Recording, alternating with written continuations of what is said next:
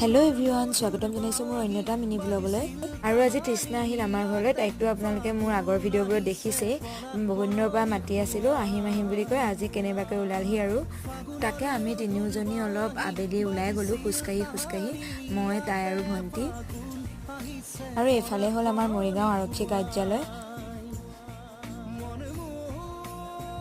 তাৰপিছত আমি এইফালে এতিয়া চাট হাউচৰ দোকানত সোমালোঁ।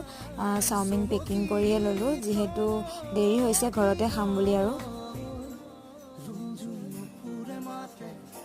আৰু এইফালে তৃষ্ণাই ঘৰৰ পৰা খুতুৰা শাক আৰু তৰমুজ লৈ আহিল, সিহঁতৰ ঘৰতে হোৱা। যিমানেই যি নহওক দোকানৰ পৰা কিনি অনাতকৈ ঘৰত হোৱা বস্তুবোৰ খাই বেছি ভাল লাগে। আৰু এইফালে মায়ে ৰাতিৰ সাজৰ বাবে খাচী মাংস বনাই আছে, এইফালে জুইতে বনাইছে।